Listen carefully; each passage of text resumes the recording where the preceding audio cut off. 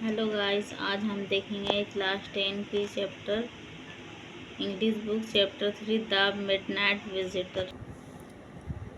इस कहानी में ऑसबल फॉलर द्वारा पढ़ी गई किसी भी जासूसी के विवरण के अनुसार सही नहीं बैठता था।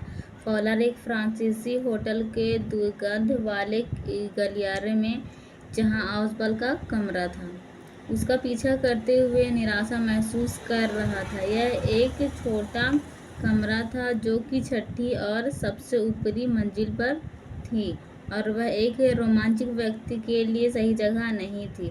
ऑसबल एक बात है मोटा, बहुत मोटा था, और फिर उसके बोलने का अपना ढंग, वह फ्रेंच और जर्मन भाषा ठीक ठाक बोल लेता था, फिर भी उसने अमेरिका बोलने का ढंग नहीं छोड़ा था जो वह 20 साल पहले बोस्टन में पेरिस से लाया था। तुम निराश लगते हो, ऑसबल ने अपने कंधे के ऊपर से कहा। तुम्हें बताया गया था कि मैं एक गुप्तचर, एक जासूस हूँ, तो जासूसी और खतरे का काम करता है। तुम मुझसे मिलना चाहते थे क्योंकि तुम एक युवा रोमांचक लेखक हो। तुमने रात में रहस्यमयी आकृतियों, बंदूकों की आवाज़ तथा शराब में नशीली दवाइयों की कल्पना की होगी।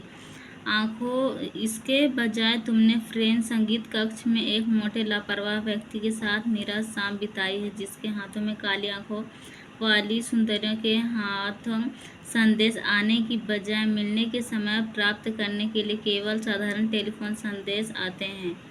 तुम अब गए हो, मोटा आदमी, ऑसबल सवाए हंसा जब उसने अपने कमरे का दरवाज़ा खोला और एक तरफ खड़ा हो गया ताकि उसका निराश मेहमान अंदर आ सके। ऑसबल ने सोचा, तुम्हारा भ्रम टूट चुका है, ऑसबल ने उसे बताया। लेकिन मेरे युवा मित्र, खुश रहो। अब तुम एक दस्तावेज देखोगे, एक बहुत ही महत्वपूर्ण दस्तावेज जिसके लिए कई पुरुषों और महिलाओं ने अपनी जान जोखिम में डाल रखी है। मेरे पास आओ किसी दिन, जल्द ही वह कागज इतिहास को प्रभावित कर सकता है। उस विचार में नाटक है क्या नहीं है। जैसे ही वह बोला, ऑसबल ने उसे पीछे दरवाज़ा बंद कर दिया। तब उसने बत्ती जला दी, और जैसे ही रोशनी आई, फॉलर ने दिन का अपना पहला सच्चा रोमांच देखा। कमरे के बीचों बीच एक व्यक्ति, जिसके हाथ में एक छोटा स्वचालित पिस्तौल था, खड़ा था। वहाँ पे मैक्स दुबला पतला छोटे कद का था और उसका चेहरा लोमड़ी की तरह दिखाई देता था। उसके हाथ में बंदूक को छोड़कर वह खतरनाक नहीं दिखाई देता था। सूचना, वह बड़बड़ाया, सोचा, जो कुछ नई मिसाइलों से संबंधित है आज तुम्हारे पास आ रही है। मैंने सोचा, मैं यह सोचता तुमसे ले लूँगा। यह तुम्हारे हाथों के बजाय मेरे हाथों में सुरक्षित होंगे। ऑसबल एक आराम कुर्सी की ओर गया और एकदम से बैठ गया। मैं इस बार प्रबंधकों के सामने यह समस्या उठाने जा रहा हूँ। मैं गुस्से में हूँ, उसने गंभीरता से कहा। यह महीने में दूसरी बार है कि कोई व्यक्ति उससे इधर बगल में पहन लेती है। उसने गंभीर से कहा, एक महीने में दूसरी बार है कि कोई व्यक्ति पर्दाई बालकनी से मेरे कमरे में घुसा है। फाउलर की नज़र कमरे की अकेली खिड़की की ओर गई। यह एक समान खिड़की थी जिस पर अब रात का दबाव पड़ रहा था, रात अंधेरा बढ़ रहा था। बालकनी, मैक्स ने उत्सुकता से पूछा। नहीं, मेरे पास एक गुप्त चाबी है। मैं बालकनी के बारे में नहीं जानता था। यह मुझे कुछ मुसीबतों से बचा सकती थी और मुझे इसके बारे में पता होता था।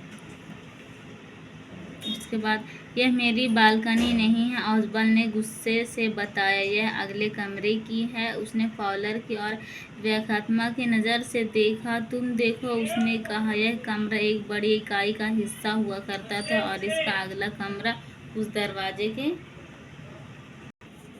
में से वहाँ एक रहने का कमरा हुआ करता था। इसकी बालकनी थी जो कि अब मेरी खिड़की के नीचे तक है। आप इसमें अगले दरवाजे से खाली कमरे में से अंदर आ सकते हो। और पिछले महीने किसी ने ऐसा ही किया था, पर बंदूकियों ने इसे बंद करने का वादा किया था, लेकिन उन्होंने नहीं किया। मैक्स ने फॉलर की ओर देखा, जो ऑसबल से कुछ फीट दूर तक उसने कहा उससे वादा किया था कि वो खिड़की बंद कर दी जाएगा, लेकिन उन्होंने नहीं किया। मैक्स ने फॉलोअर की ओर देखा, जो ऑसबल से कुछ फीट दूर तना हुआ खड़ा था और आदेशात्मक के भाव से बंदूक हिलाई। कृपया बैठ जाओ, उसने कहा। मेरे विचार से हमें आधा घंटा और इंतज़ार करना है, ऐसा कहते हैं। 31 मिनट, ऑसबर्न ने चित्तवृत्ति से कहा। मिलने का समय 12:30 बजे था। काश तुम मुझे पता होता मैक्स कि तुम्हें इस सूचना के बारे में कैसे पता चला। छोटा जासूस दूरदर्शी से मुस्कुराया, और काश हमें पता होता कि तुम्हारे लोगों को सूचना कैसे मिली, लेकिन कोई नुकसान नहीं हुआ। मैं इसे आज रात वापस प्राप्त कर लूँगा। वह क्या है? दरवाजे पर कौन है? ऐसा कहते हुए दरवाजे पर अचानक खटखटाहट पर फॉलर कूदा। ऑसबल सिर्फ मुस्कुराया। वह पुलिस होगी, उसने कहा। मैंने सोचा कि ऐसा महत्वपूर्ण कागज जिसके लिए हम इंतज़ार कर रहे हैं कि अतिरिक्त सुरक्षा होनी चाहिए। मैंने उसको बताया कि यह सुनिश्चित करने के लिए सब कुछ ठीक है, मेरी सुरक्षा बढ़ा दे। ऐसा कहते हुए मैक्स ने घबराहट में अपना होठ काटा। पूर्ण खटखटाहट हुई। मैक्स, अब तुम क्या करोगे? ऑसबल ने पूछा। अगर मैं दरवाज़ा नहीं खोलता हूँ तो वो किसी भी तरह अंदर आ जाएंगे, ऐसा ऑसबल कहते हैं। दरवाजे पर ताला नहीं लगा है और वे गोली मारने में भी नहीं हिचकिचाएंगे। जब हम तेज़ी से खिड़की की ओर मुड़ रहा था तो उसके चेहरा गुस्से में काला पड़ रहा था। उसने अपने पैर अंधेरे से बाहर मार दूंगा और मेरा अंधेरे से बाहर रख दिया। उन्हें वापस भेज दो, उसने चेतावनी दी।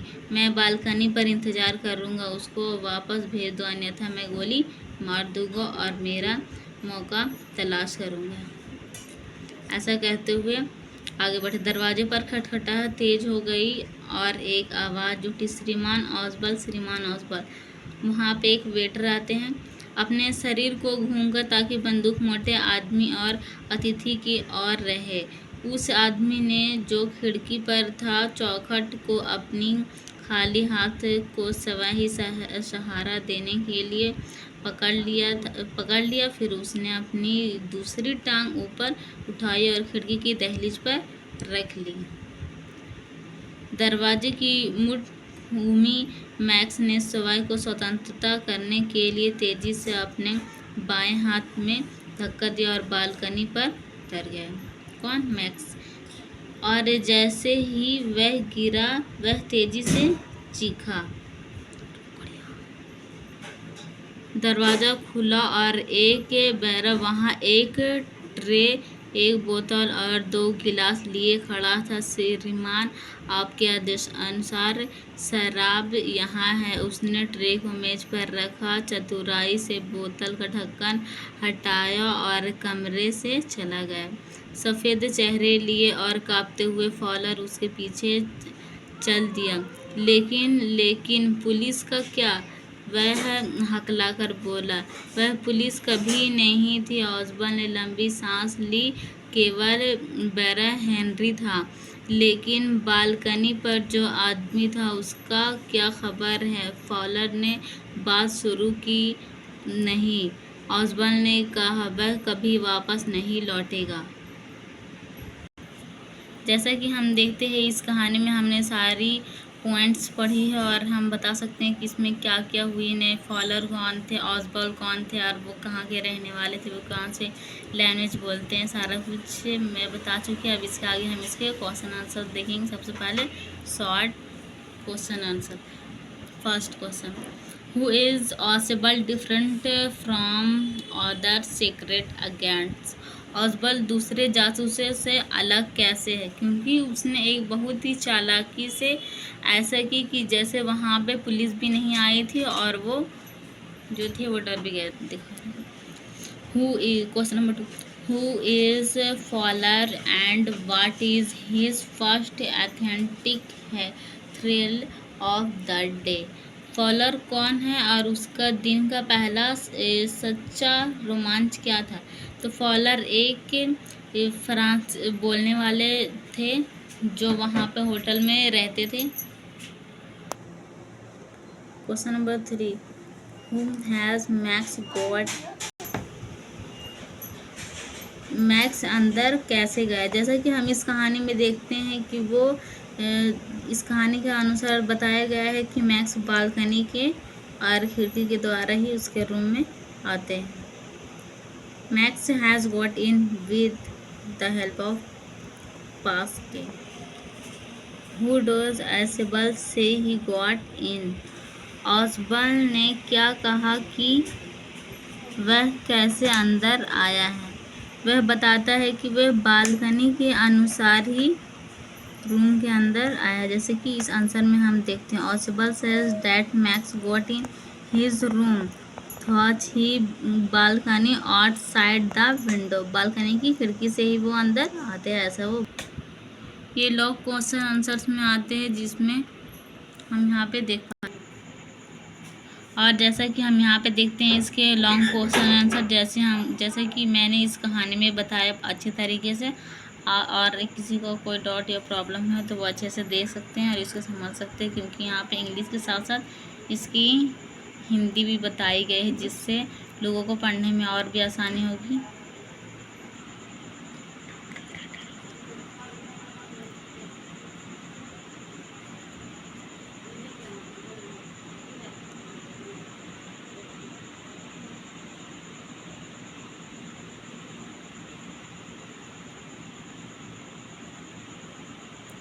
और इस कहानी में हम देखते हैं कि ऑसबल और फॉलर की कहानी है, जो एक बहुत ही जासूस इंसान रहते हैं और जिसकी बालकनी के खिड़की के अनुसार उसके कमरे में प्रवेश करते हैं, जिससे वो चतुराई से उसे बेवकूफ़ बनाने में कामयाब हो जाते हैं और वे वहाँ से चले जाते हैं, जैसे कि हमने इस कहानी में पूरी तरह से।